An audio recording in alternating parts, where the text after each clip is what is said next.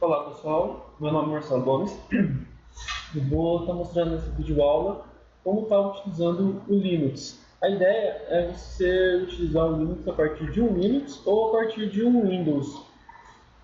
Essa videoaula é para você que não tem contato com o Linux, está começando agora e vai precisar rodar programas em Linux, no servidor. Então é uma introdução para você conseguir aí rodar esses programas, tá certo? Vamos começar aqui. Esse é o Tux, é o mascote, o símbolo do Linux. E o que é o Linux? Linux é um sistema operacional de código aberto distribuído pela internet. Ele foi criado pelo Linus Torvalds em 1991. Tá? Mas o que é um sistema operacional? Um sistema operacional nada mais é do que um programa que vai fazer uma interface entre o hardware do seu computador e os programas do seu computador. Como assim? Cada hardware, cada parte física do seu computador precisa trabalhar a informação de uma forma. O sistema operacional vai ficar com uma camada entre o seu hardware, por exemplo, a unidade de CD-ROM, e o seu programa, de forma que possa ter uma padronização nesse uso, um controle de acesso e etc. Tá certo? Quais sistemas operacionais que existem? Ou SO? Existem vários. Por exemplo, o Linux, macOS, Windows, DOS, FreeBSD, Android, Solaris, Symbian, entre outros. Tá. Eu sempre escuto falar de Linux, Red Hat, Linux PSD, Linux PSD não, desculpa, Linux SUSE. O que é isso? Na verdade, isso é chamado de distribuição Linux. O que é uma distribuição? Uma distribuição é você pegar o kernel, que é realmente o Linux, mais um conjunto de pacotes, agrupar tudo e distribuir para alguém. Então, por exemplo, a Red Hat, o que ela faz? Ela pega o kernel do Linux, pega alguns pacotes focados para servidor, coloca num CDzinho e distribui, e vende suporte. Entendeu? Aí o Ubuntu ela pega o kernel do Linux, coloca alguns pacotes focados para o usuário, com plugin para MP3, essas coisas, e player de vídeo, e distribui para o usuário. No fim, é tudo Linux. Quais as distribuições que existem? Existe uma infinidade de distribuição, muitas distribuições. Algumas: Mandriva, SUSE, Ubuntu, CentOS, Debian, Fedora, Ubuntu. São algumas, tá? Por que usar o Linux? Aqui eu coloquei alguns motivos, mas se você está vendo essa videoaula, com certeza você tem os seus motivos para estar usando para usar o Linux.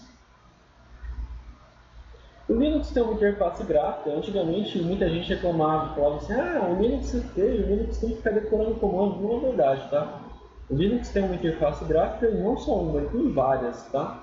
Esse daqui é um print de uma que eu achei na internet. E tem a console também, que é onde o Linux realmente tem a força dele, que é essa telinha aí que a gente envia comandos para ele. Eu vou começar aqui com o SSH.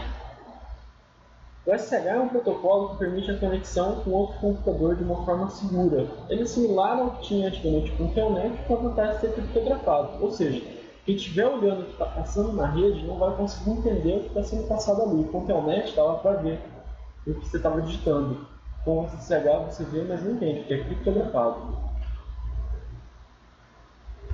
Eu quero usar o SSH, gostei desse cara.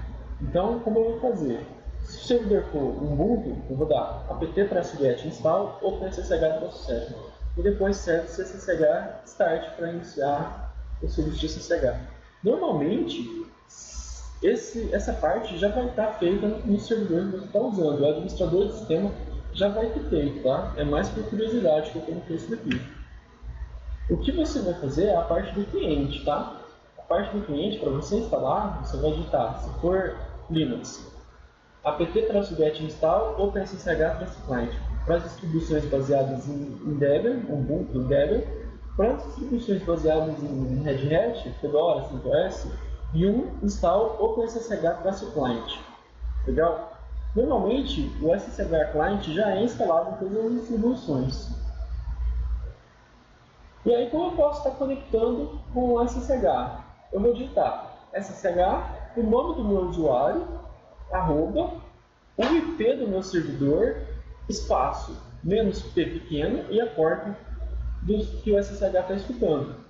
Aqui eu coloquei um exemplo, né? SSH, usuário, arroba, 192.168.0.1, menos P2227. A primeira vez que você conecta com o servidor, ele troca umas chaves, então ele reclama aqui que não tinha chave ainda. Você tem que digitar yes para ele fazer essa troca. É importante lembrar que não é apertar só o Y, você tem que digitar a palavra yes completa. Então aqui um exemplo de uma conexão que eu estou fazendo com a minha máquina. Ah, mas eu uso Windows, como eu vou fazer? Existe um cliente chamado Put no Windows. Então eu posso entrar nesse site www.put.org e fazer download. Ele não precisa instalar nada, é só executar. Put.exe. Quando eu executar, ele vai ter uma carinha similar a essa aqui, ó. Como eu faço para conectar? Nesse campo, eu vou digitar o IP. Nesse outro, a porta. Vou garantir que essa opção SSH esteja marcada e vou clicar em Open. Ele já vai conectar. Para eu fechar a conexão, eu vou digitar Ctrl mais D, segurar as duas teclas apertadas, ou digitar Exit. Legal? Antes de entrar em endereço e porta, eu vou só mostrar aqui a estrutura, qual é a ideia, né? Vamos ver se eu consigo fazer um desenho aqui.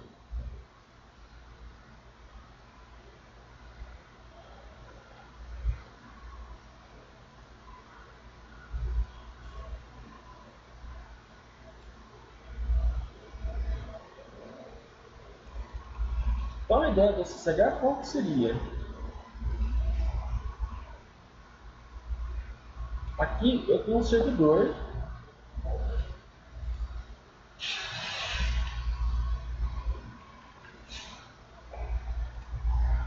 que está rodando Linux.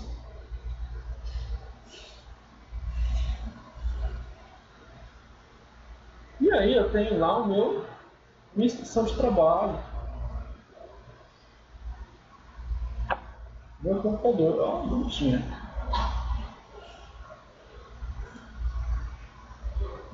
Eu tenho meu computador que está rodando Windows ou Linux, mas eu quero rodar os meus programas nesse cara aqui, ó. Eu quero rodar os meus programas aqui no servidor, só que eu estou sentado aqui.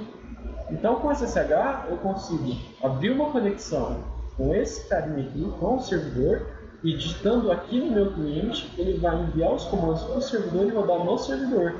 E vai me trazer essas respostas aqui. Viu que bacana? Então o servidor pode ficar num lugar seguro, refrigerado, normalmente essa sala é bem gelada, e eu vou ficar aqui ó, num ambiente agradável, executando os comandos do meu servidor, que normalmente é barulhento, porque fica isolado de mim. Legal? Vamos voltar para a aula então. Bom, eu falei que tem que digitar um endereço IP e uma porta. Que endereço IP e porta é essa? Para a gente entender, a gente pode fazer uma analogia, tá? O endereço é como se fosse, o endereço IP é como se fosse o endereço da casa de vocês. Então eu quero mandar uma carta para vocês, eu vou pegar o endereço de vocês e vou colocar na carta. Coloco no correio, no serviço de envio de cartas, e ele vai chegar até a casa de vocês. Legal? O endereço é equivalente ao endereço IP nos computadores. E a porta? Imagina agora que ao invés de você morar numa casa, você mora num prédio. Se eu colocar só o endereço, essa carta nunca vai conseguir chegar até você. Então, eu tenho que informar qual é a porta do seu prédio, qual é o seu apartamento. Então a porta equivale a falar qual é o apartamento que você mora. Por quê? No computador, aqui a gente está vendo o exemplo do servidor rodando o SSH. Então ele estaria na porta 22, por exemplo. Só que ele pode rodar mais de um serviço único computador. Então se eu só colocar o endereço IP, ele vai chegar lá no servidor pelo endereço IP, só que ele vai falar, e agora, qual é a aplicação que tem que responder por essa necessidade aqui? Ele não sabe, então você tem que reclamar a porta. Existem casos onde você não vai precisar reclamar a porta. Que casos são esses? Existem as portas que chamam porta padrão. Por exemplo, a porta padrão para você acessar uma página web do protocolo HTTP é a 80. Então, quando eu vou acessar uma página web, e ela está na porta 80, eu não preciso colocar a porta 80. Só que toda vez que tiver uma porta diferente da 80, eu sou obrigado a informar. Para o SSH é a mesma coisa. A porta padrão do SSH é a 22. Então, toda vez que o SSH estiver na porta 22, eu não preciso informar. Mas todas as outras vezes que a porta for modificada que não estiver na porta 22, eu tenho que informar a porta, senão ele vai tentar chegar na porta 22. Legal essa história de endereço de porta? Vou continuar então. Onde eu consigo saber o endereço e a porta para eu poder executar, fazer os testes que são propostos nessa videoaula? Provavelmente no e-mail que você recebeu aí, o link dessa videoaula, tem lá o endereço, o IP, a porta e o seu usuário e a senha, tá? Esse é o endereço que você vai usar. Se você chegou nesse vídeo até o YouTube, aí você vai ter que tentar instalar aí na máquina de você ou um amigo, alguma coisa assim, para poder fazer os exercícios, ok? Vamos fazer uma atividade prática aqui, ó. Utilizando o seu endereço, senha, IP e porta que você já recebeu, conecta no servidor. Então aqui, para mim, eu tenho o IP 127.0.0.1 e a porta 22. Não adianta vocês tentarem usar, que não vai funcionar esse, tá? Esse IP é válido aqui só para mim. Então eu vou fazer uma conexão aqui só para a gente ver.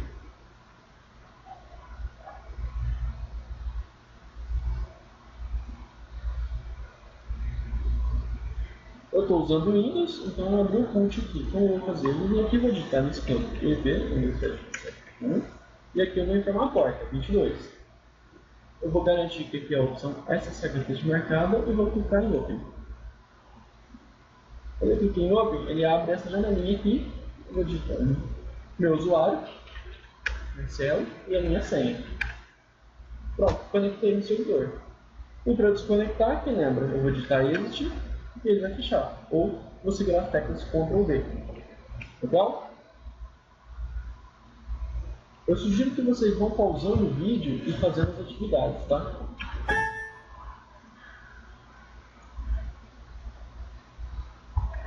Estrutura de diretórios. Para armazenar os dados de forma permanente, ou seja, eu posso desligar a máquina e o dado vai estar lá ainda, a gente usa o HD.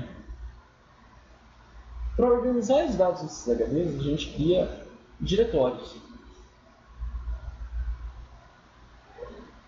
Também chamado de pastas, né, no Windows.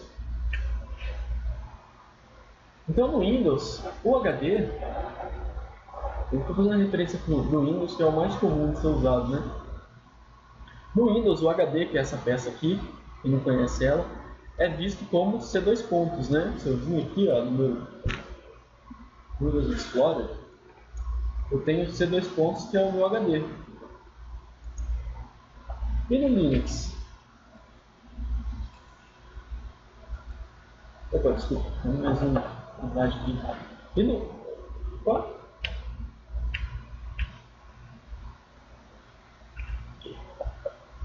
E dentro do HD eu tenho algumas pastas, alguns diretórios que são criados durante a instalação.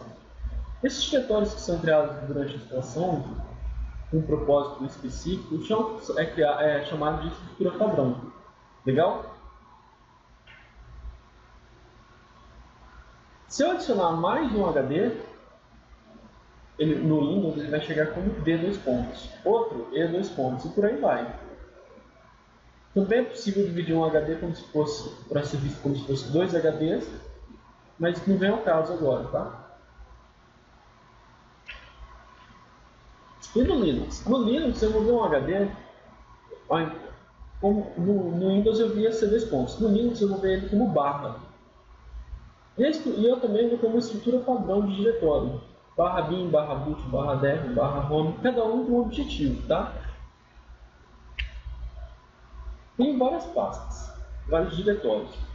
E a gente conectou. Vou conectar lá de novo no Linux.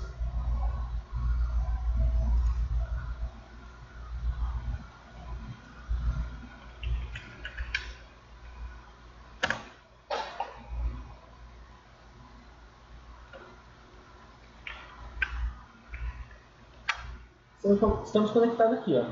Em qual diretório dessa estrutura padrão que a gente está?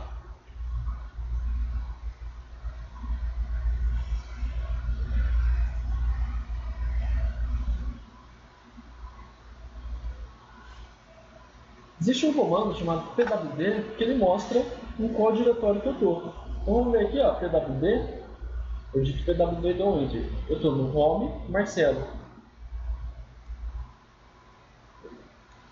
barra home, e dentro do barra home eu tenho uma pastinha chamada Marcelo. Viu que legal?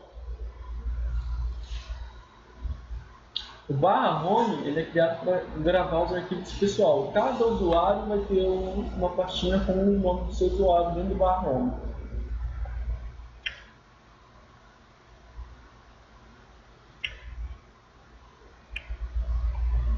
Bom, com o comando pwd a gente viu em qual diretório que a gente estava. E a gente viu mais, a gente viu que existia um diretório dentro do barra home. Será que é possível ver o que tem dentro do diretório do Marcelo? É possível criar outros diretórios? É possível mudar de diretório?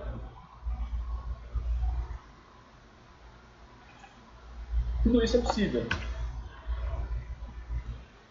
Vamos lá, ó. Com o comando ls, eu consigo listar o conteúdo do diretório. Então eu venho aqui e digito ls, ele vai mostrar tudo o que tem dentro de barra home barra Marcelo. No caso, não tem nada. Com o comando cd, eu consigo mudar de diretório. cd, e ele fez pwd para olhar onde eu estou, ele não mudou de diretório. A gente vai entender isso mais para frente. E o comando mkdir, ele cria diretório. Olha, tem até um exemplo aqui, ó. mkdir teste. Vamos fazer? mkdir teste. Será que ele criou? Com o comando ls, a gente lista o que tem no diretório, né? ls, olha, agora então dentro do Marcelo existe um diretório chamado teste. E o comando cd, aqui ó, cd espaço teste. cd espaço teste. Agora se der um pwd, eu entrei dentro de teste. E se der um ls, teste está vazio. Faz sentido, eu acabei de criar ele. Atividade prática. Verificar em qual diretório você está, verificar o conteúdo do diretório atual, criar um diretório cujo nome seja o seu sobrenome, entrar nesse novo diretório criado, com a ajuda do comando pwd, descubra o que faz o comando cd, quando digitar com as seguintes opções: cd sem opção nenhuma, cd espaço ponto, cd espaço menos, cd espaço barra etc, cd espaço tio. E qual é a diferença de digitar pwd minúsculo e pwd maiúsculo? Pausem o vídeo e façam essas atividades, depois vocês voltam. Bom, vocês já devem ter feito a atividade, vamos voltar aqui e ver como foi feito. Então, logo que você conecta no servidor, se você der um pwd, você vai ver que você vai estar no seu home. Qual é o conteúdo do diretório atual? ls.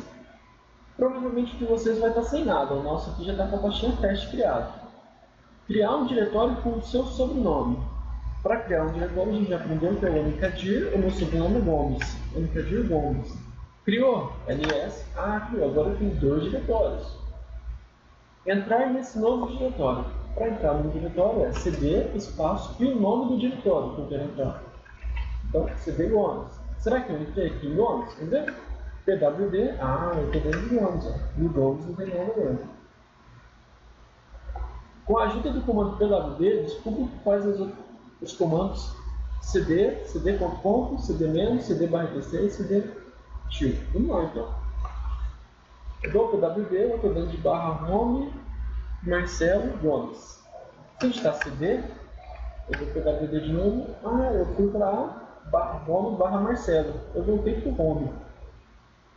Se eu digitar CD, ponto, para onde eu fui? Eu naveguei.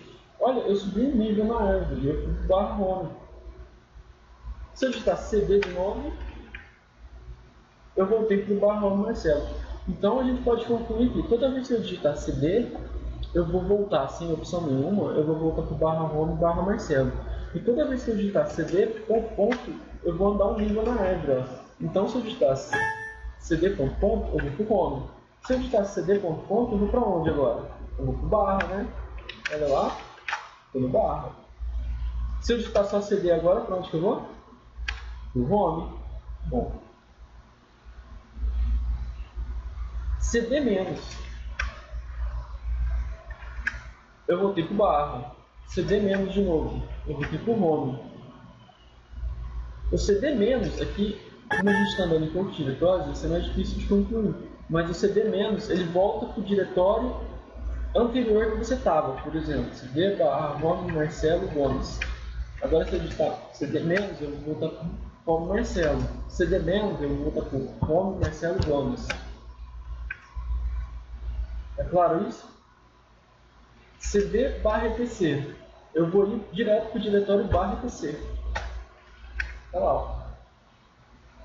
E se eu digitar CD menos agora, eu vou voltar para o barra home, barra Marcelo e barra Gomes. E se eu digitar CD menos, eu vou voltar agora para o barra etc.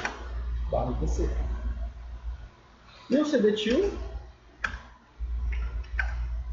barra home Marcelo. O CD tio, ele vai fazer exatamente a mesma coisa que o CD sem opção nenhuma. Legal? Qual é a diferença de eu digitar PWD minúsculo? PWD minúsculo ele mostra onde eu estou, e PWD maiúsculo. PWD maiúsculo ele fala que o comando não existe. O que a gente pode concluir disso? Que o Linux aqui é existir, ou seja, faz diferença se uma coisa é digitada em maiúsculo ou minúsculo.